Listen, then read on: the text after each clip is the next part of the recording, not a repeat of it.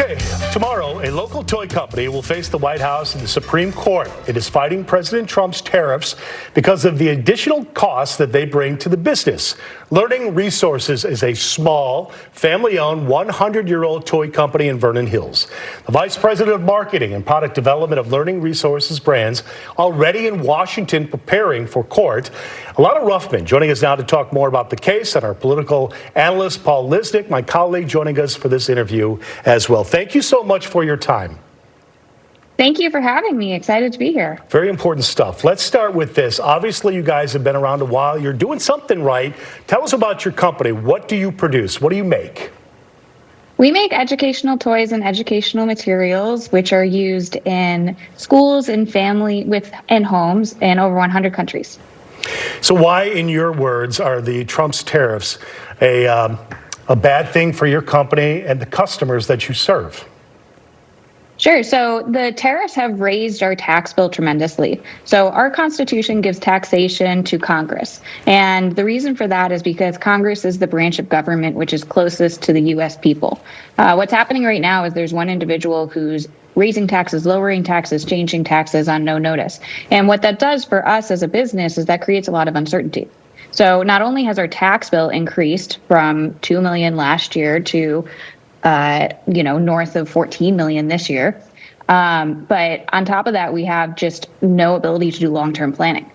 Alana, I know that the $14 million that the company is responsible for now, and that's only been since April, since the IEEPA tax was put in, or tariff. But let me ask you this. President Trump is adamant that these tariffs are paid for by the company, by the Chinese company that manufactures them. So can you verify, has China been paying that $14 million, or is your company? Who's paying it?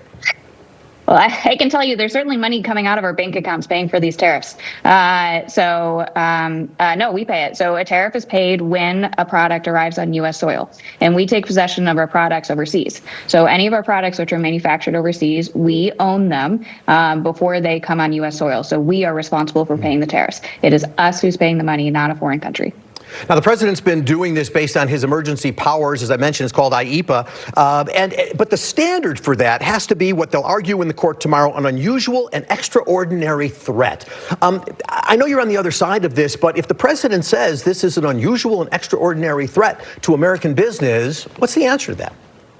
Well, actually, I would take a step behind. So in our opinion, IEEPA, which is the statute that he's using to pass the tariffs, the International Emergency Economics Powers Act, does not provide for tariffs at all. So there are no words in that statute that are a synonym for tariffs. The word tariff is not used. The word tax is not used. The word duty is not used. So they're relying on the phrase regulate importation, and the term regulate has never in the history of Congress been used for revenue raising. So our position is actually that tariffs aren't allowed at all under IEEPA. So you know the administration never takes no for an answer. So even if you win this argument in front of the Supreme Court, which is to say the court says, yeah, this is not meeting the standard of an emergency, you know the administration will find some other explanation. So is there any explanation that you would say, okay, now it's okay, now we'll accept it because he's doing it what you might view as the right way?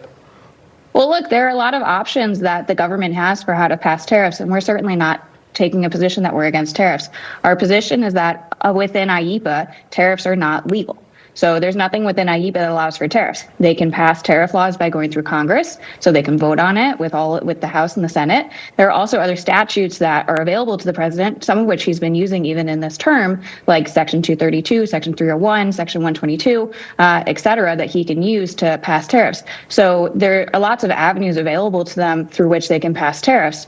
IEEPA just isn't one of them. You seem very well versed in the legalities of all this, so let me just put it this way. One legal argument is this tariff power belongs to Congress, not to the executive branch. But Congress has the ability, when it chooses to give its power away. And they haven't pretty much said boo to President Trump in any of what he's been doing, other than recently in some advisory votes about some of the tariffs to Brazil and Canada. Do you have any thought about what the court might do in the case of looking at this and basically saying, yeah, it was Congress's power, but they gave it to him?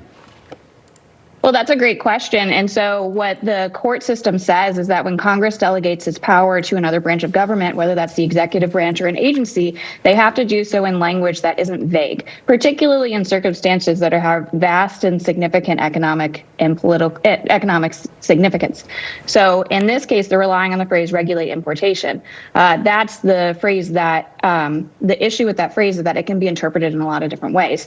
And so because of that, it's quite vague. And that's why we take the position that IEEPA does not allow for tariffs, is because that's not crystal clear. When Congress delegates power to another branch of government, particularly power that has to do with taxation, which goes all the way back to the Boston Tea Party, they do so very specifically and very intentionally. They're very careful with their language. And in this case, they never used tariff or any synonym for that in this statute. If you win, here's one other consequence. There's an argument to be made that the administration or the government actually has to give refunds for all the tariffs that have been paid since last April. If that is the case, I mean, I don't know. It sounds like a case-by-case basis. What is your position with regard to refunds? Any sense of how that would work?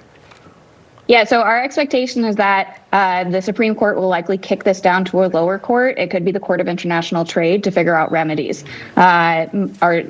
We think this is likely to be quite a long process, and it could take a while, meaning years, for the refunds to trickle through. And there's going to be quite a bit of administration that will go along with it. I want to be clear about this. Are you against tariffs per se, 100%, or just the way that the administration is going against this? And how are these things hurting in terms of like moving forward, expanding your business? Is that kind of a thing being put on hold? Sure. So we view this as a constitutional issue. It really goes back to separation of powers and James Madison and Alexander Hamilton when they were writing the Federalist Papers and making sure that we assigned the power of the purse to the body of the government that is closest to the people. So Congress has rules that govern it as to how they create legislation. So they have to debate in Congress. They have to make sure that they take a vote that is representative of the entire United States. And they were so intentional about this because taxation is something that affects everybody. And so our position is really that taxation belongs in Congress. And when Congress delegates that authority to other branches of government, they do so very specifically and intentionally. And IEEPA is not one of the ways that they've done that. As far as how this, go ahead. Finish your thought, ma'am. I was just going to say, as far as how this impacts our company, I mean, it's tremendously disruptive. We estimate that about 30% of our employees have been working on moving our products from one country to another since this started. Those are people that had full-time jobs before this, and they had to put that work on hold to figure out how we could manufacture our products with all the changes that are going on. We thank you so much for your time. We want to have you back when the decision comes down one way or the other, okay? Absolutely. Thank you so much. Thank you. As we mentioned, the case goes before the Supreme Court tomorrow. Follow our continuing coverage of all of this online at WGNTV.com and on the WGN TV Plus streaming app. Alana, thank you. We'll be right back.